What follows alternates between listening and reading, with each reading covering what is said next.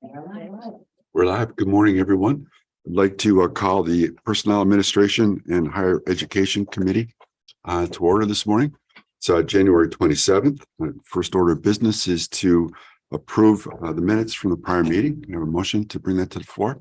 Supervisor Thomas, Supervisor McDivitt on the second. Any changes, corrections, discussion? Seeing none, call the question. All those in favor say aye. Aye. Any opposed? That one carries. Item 3, privilege of the floor and public comment. Do we have any privilege of the floor, public comment this morning? Seeing none, we'll move into the action agenda. And I do see Chris Duffy. I'm sorry, Chris. I was President Duffy is what I was looking for. But you have an update for us this morning at the college. Absolutely. Thank you. Happy New Year. You get to say it through the month of January if you haven't seen people. That's my rule. So thank you for giving me a few minutes. So our spring semester, that's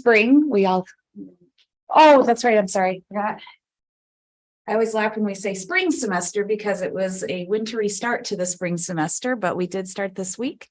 And I'm happy to say that enrollment is showing a good trend, moving up a tiny bit. I don't want to overstate it, but better than what we've been seeing. So we're seeing some good positive trends forward. More new students, and actually more of our students are staying with us, which is just as important, if not more important. It's one thing to get students in the door, but it's another to keep them engaged and in pursuing their goals. So we're pleased to see some of those data points. And so we're off and running. The one item I just wanted to reiterate with this group, and I have a handout for you. As you know, this is our time of year where we're advocating to the state for our budget request, and we're trying to keep it simple and to the point. And so as you may remember, and for those that are a little newer, we've been lobbying the last few years to consider at least giving us a stable amount of money each year rather than this fluctuation of when enrollment fluctuates. We were being, funded based on enrollment, which works well when enrollment is booming, but it doesn't work as well when things are leveling off for a lot of different reasons. We still have our fixed costs, et cetera. So last year we were successful. The governor actually funded us at 100% of the year before, so at least it was predictable. So what we're asking for is to continue that, what we're calling the floor, but add 4% to recognize obviously inflationary costs, cost of living increases for our faculty and staff. And so we're asking for the floor plus 4, keeping it simple and pithy.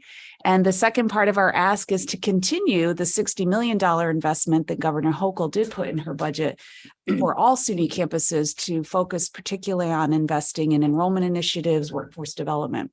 That $60 million was allocated to SUNY. The community college sector across the state received about 35 million of that, which we were really pleased with. And through a formula that looked at things like the percentage of students that you serve that come from low-income backgrounds, et cetera, SUNY Adirondack received about 450,000 of that fund.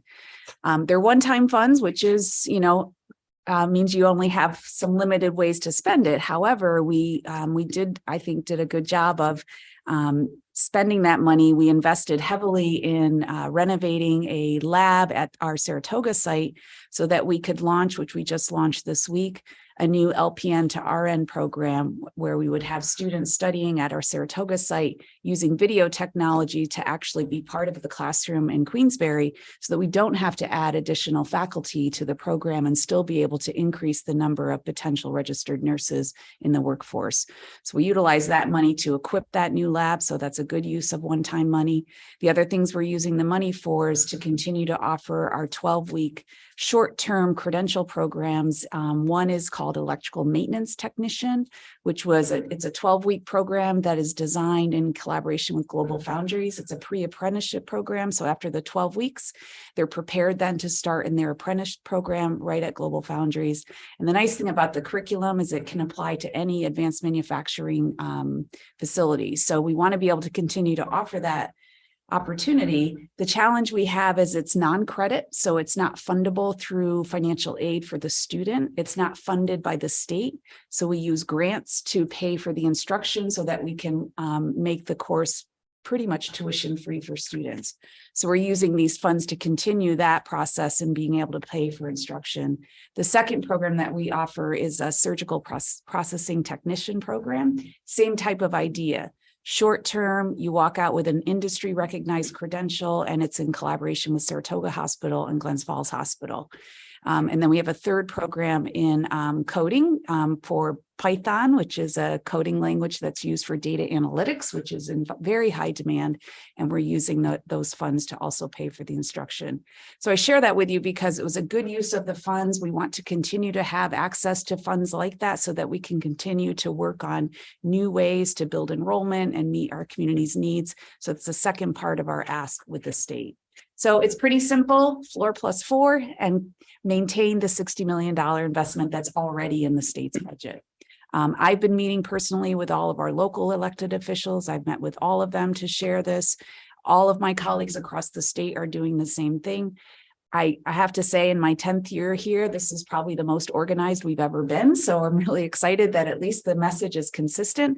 And everyone I've met with are saying things like, it's time for community colleges to be get some investment that we desperately need. So I offer this to you in your conversations with elected officials. If you have that opportunity, we would appreciate your support in advocating. If it's something the board in the past has written resolutions to send to, our elected officials to show your support for lobbying for an increased aid for community colleges, we'd love that support from you as well. And I'm happy to work with anyone in being able to do that. So I have a handout for you today, but I'll stop there and ask if there's any questions. Thank you, Chris. Any questions?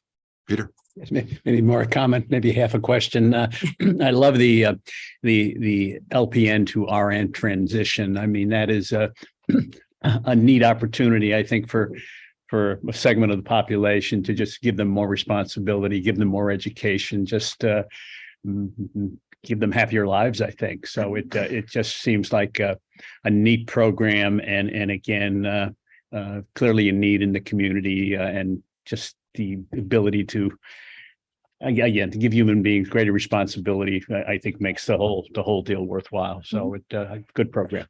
Thank you. Any comments, questions? Chris, I do have one. Support to the state for your budget. And maybe that's not necessarily a question for you, but maybe for the committee. Is this something that we would like to do? To write a letter in support? Is that, I'm seeing some head nods. That's okay. Sure. I think we should. I think we should do that also. So thank you. Chris, is there anything specific in that? I'm happy to provide, I mean, you have done them in the past. So I'm happy to provide you those templates, and then, you can customize it whatever way you're comfortable with and send it, and give you some suggestions, particularly focusing on the committee chairs that have some, power in terms of the funding. So the higher ed committee for the state, as well as the finance committee. So I can provide you some of that information that might make it a little easier. And we are meeting with County Administrator Taflin this week, so we're looking forward to that as well. So we can talk about that if that's helpful. Excellent. Thank you. Sure. Any other questions? Thank you, Chris. Okay, Always I'll leave appreciate your these. updates. Yes, I'm sorry. One thing that the funding formula is something that our two committees have worked on before with around that. I'd like to know if there's a particular timeline that the college would like us to hit, if there was any. That is a good question. Chris, I'm not sure if you heard that, but Craig was asking if there's a specific timeline for us to get back to you concerning the funding formula. Yes. So we're anxiously waiting, as I'm sure you are, for the executive budget to come out. That'll be our first indicator of what is or is not in the executive budget. I think then at that point, we'll be regrouping to see what do we need to lobby for. So maybe why don't we keep in touch? I've been told the budget might be coming out in the next week or so, although there's some controversy going on there, of course. But so as soon as we know what's kind of step one, then we can circle up. So maybe probably at your February meeting might make sense. Okay, good. Of course. Just one, thank you, Chairman. Good morning, Chris. The the business classes that are focused on individuals who are looking for careers in the trades, are those a lot of people registering for those, or? I want to make sure I'm answering the right question. Yeah, I know that the college a couple of years ago developed The Journey curriculum Worker for Program. Yep. Yeah, and those are, We have not seen many Oh, students okay. enroll in that, unfortunately. And just for those who may not be familiar, may not remember, what we did was we worked with the 773 Plumbers and Steamfitters Union and also other entities to provide a career pathway for folks that are going through Journey Worker programs to be able to complete an associate degree in business. They actually can apply 30, almost half of their degree program would already be taken care of through their Journey Worker experience. And then they'd complete another 30 credits primarily in business, with the idea that, of course, that many people that, might be a plumber are probably going to own their own business. So to give them some business acumen made a lot of sense. People were really excited about it. We just haven't seen hardly any keep interest at at all. it. Yeah, we'll keep at it because it's not like we have special faculty for that. So those business classes will exist regardless. Yeah. But yeah, we a little disappointed that we haven't quite seen the interest, but Journey Well, Worker state people level. are very busy. Yeah, state level is looking to Yeah. fund those types of initiatives, Mhm. and the fact that we're involved with that. Yeah. I think speaks well for the college. Absolutely. It's a great pathway. Mhm. Good. You're very welcome. Any other questions? Thank you again, Chris. All right. Thank you. Have a great day. Moving- Did you know it's National Have Fun at Work Day? So have fun at work. Day. We'll keep that in mind. I don't have any jokes right off the top of my head, but maybe we'll come up with something here. So item two. Fun. So. All right, have fun. Thank you. I would suggest that we take a motion to adjourn, but I'm not sure I'm ready to accept that yet. Thank you from our administrator. Items to be discussed by Human Resources. Next up, Jackie. Good morning. Morning. For this month, I just have my reports as usual. The report of vacancies filled is a fresh start. You'll see we're on one page for probably the only time this year, with positions that are either newly vacant this year, left over from last year, and I've added the ones, I left the ones on that people have started this year. So that's our fresh start. And then on the separation report, that is the total information from 2022. So if anybody has any questions, I'm happy to address those. Edna, thank you. I just wanted to ask one question on this form not received. Does that mean they weren't given the form, or they didn't want to get the form to fill it out? I'm not sure. It just means we haven't received it in our office. I don't know if they were asked to fill out the form and they just didn't comply, or if it got missed. I'm not sure, because we received those directly from the departments. Okay, it just seemed like a large number, so I was wondering. It is, and when a departure is abrupt, a lot of times it's forgotten in the Well, that process, or the person is hard to communicate with. Right. So I did have a meeting at the end of last year with the NISAC committee about kind of shifting from a focus on exit interviews, which is the form that we're talking about, Right. to more of a survey, and focusing time and energy on stay interviews as opposed to exit interviews. So we've looked into that. I have gotten a SurveyMonkey subscription, and I have started sending out a couple of test surveys Right. to folks. The thought being that not everybody wants to sit and talk to myself or the county administrator. Right. But if we send them a survey that they can do on their phone in 5 or 10 minutes, we might get some valuable feedback that way, because the numbers are low for who wants to participate. But that sounds like a good idea to be trying that. Thank you. Thank you. Any other questions? Supervisor Beatty. Yeah, could we do both? exit interviews and exit surveys. Yeah, I mean, I would I mean- never say no if somebody would like to have an exit interview. Absolutely, we would still accommodate that. Yeah. But as far as like requiring the form and having the departments have one more kind of piece of the process to chase down, it's just not, it just seems to be difficult. And we're not getting a lot of feedback. So, but absolutely, and that would be part of the survey. If they would like a follow-up phone call or a meeting, we could accommodate that. so, and I apologize for coming late. I thought we were starting at 10. So, what I heard was you're not getting as much. They're not filling out the exit interviews, correct? Well, it's just a form to say whether or not you want an exit interview. So we only receive a small percentage of, we only receive, less than half of the forms.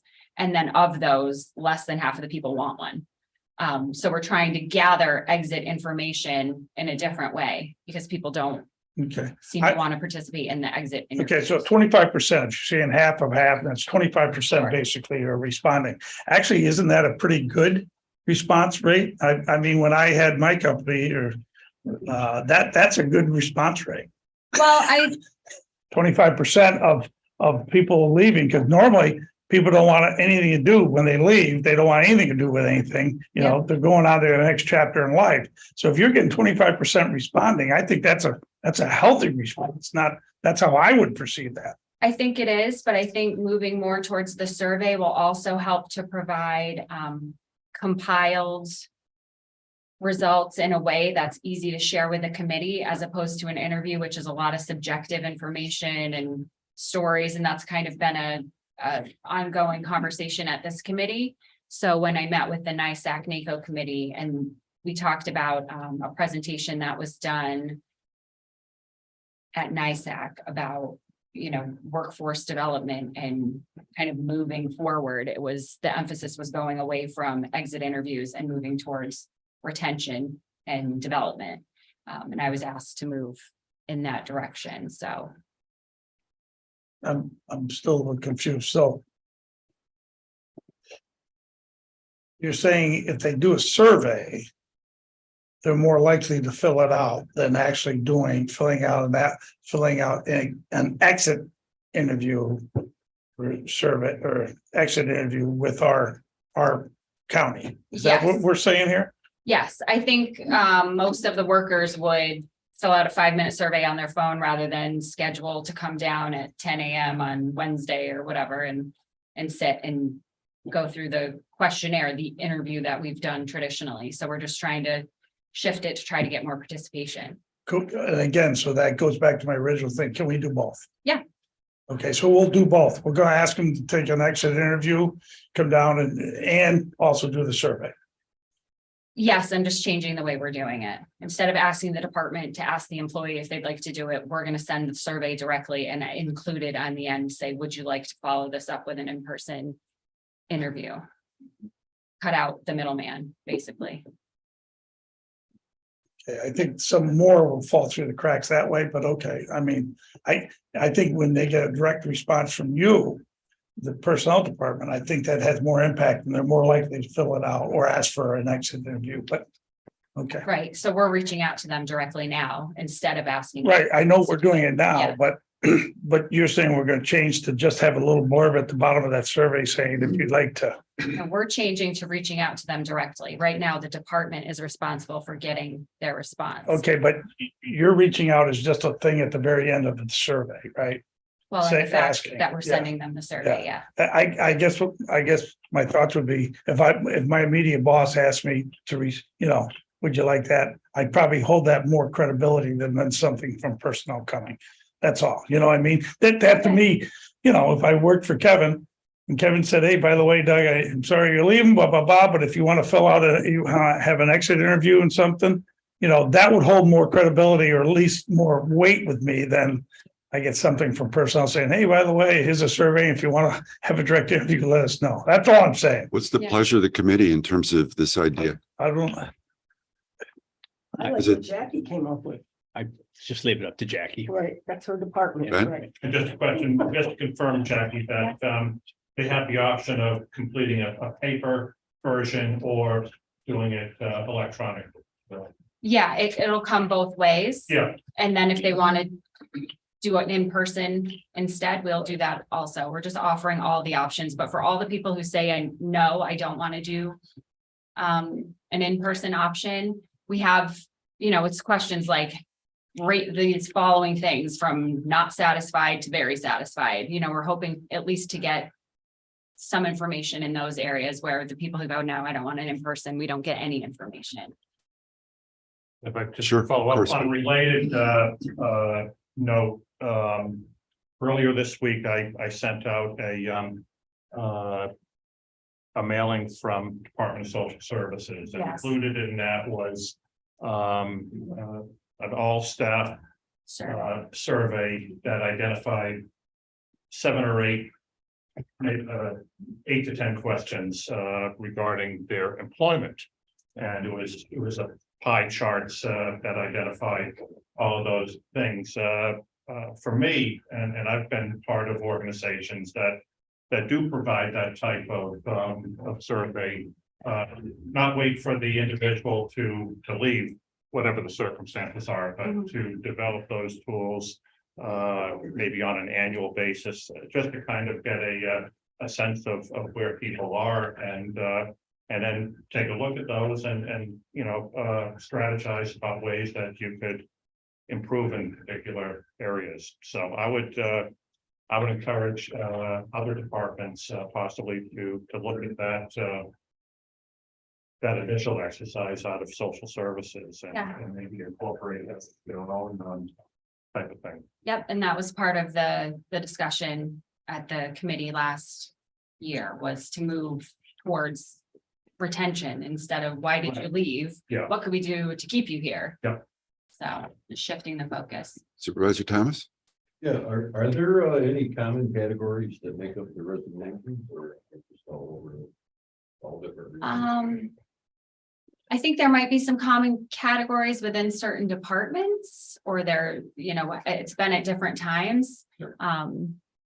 Kevin's department has a lot of different reasons than social services has, I know there was a conversation last year about social services and, people are leaving and some longer term employees, but like 10 years in a really, really hard job is admirable. Right. And it wasn't anything wrong with what was going on here. It's just the actual work is difficult and people get burned out. And that's different than somebody leaving for a wage increase. They're doing the exact same job, but for a few dollars more, versus I'm changing careers entirely. So it varies from department to department. Okay, thanks. So, yes, Supervisor, just a minute. Jackie and I had a conversation here as now I'm sitting in this chair instead of on the other side. So one of the things we talked about were the 2 forms that we're seeing here today, this intent to fill and the separation and exit interviews. Does this satisfy, did these reports really give us the information we're looking for in terms of moving forward with this? Our role as helping guide HR, thinking about the staffing that we have, maintaining our services. What I'd like to propose is maybe the committee could get back with Jackie and maybe Jackie and myself and maybe our administrator could get together and talk about different types of reporting in terms of what's happening in HR and with our workforce, if that's agreeable to the committee. Yes. I'm sorry, yes, go ahead, John, it's got a comment. Thank you, Mr. Chair. So I've been studying exit interviews for about 25 years, so I'm more than willing to get together with Jackie, but we've already talked about certain things. Stay interviews or retention interviews are good.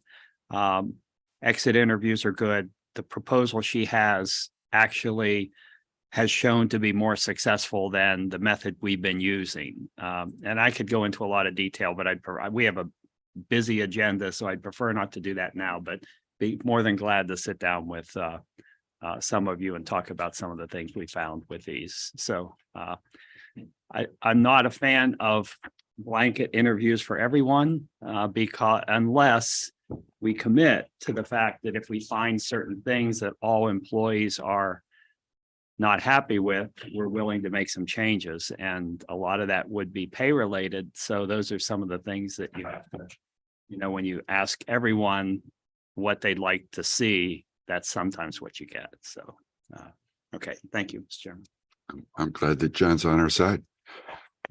Supervisor Beatty, Yeah. one last question, please. Well, I'm allowed only one more question. Well, I'm trying to stay on budget. Well, I know, but I'd like to be able to speak. So just for the record, governments have an excellent retention rate.